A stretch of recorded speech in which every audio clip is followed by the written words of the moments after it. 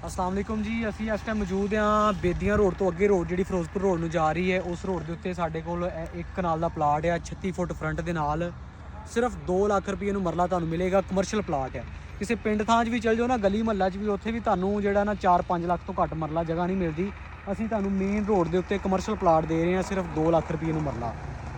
Firozpur road ਲਲਿਆਣੀ ਤੋਂ ਤੁਸੀਂ ਆਓ ਤੇ 4 ਤੋਂ 5 ਕਿਲੋਮੀਟਰ ਆ।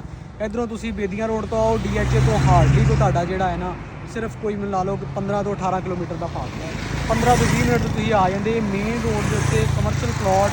ਵੀਡੀਓ ਦੇ ਵਿੱਚ ਤੁਸੀਂ ਦੇਖ ਸਕਦੇ ਜੇ ਕਿ ਇਸ ਰੋਡ ਦੇ ਉੱਤੇ ਕਿੰਨੀ ਰੌਣਕ ਹੋ ਗਈ ਹੈ।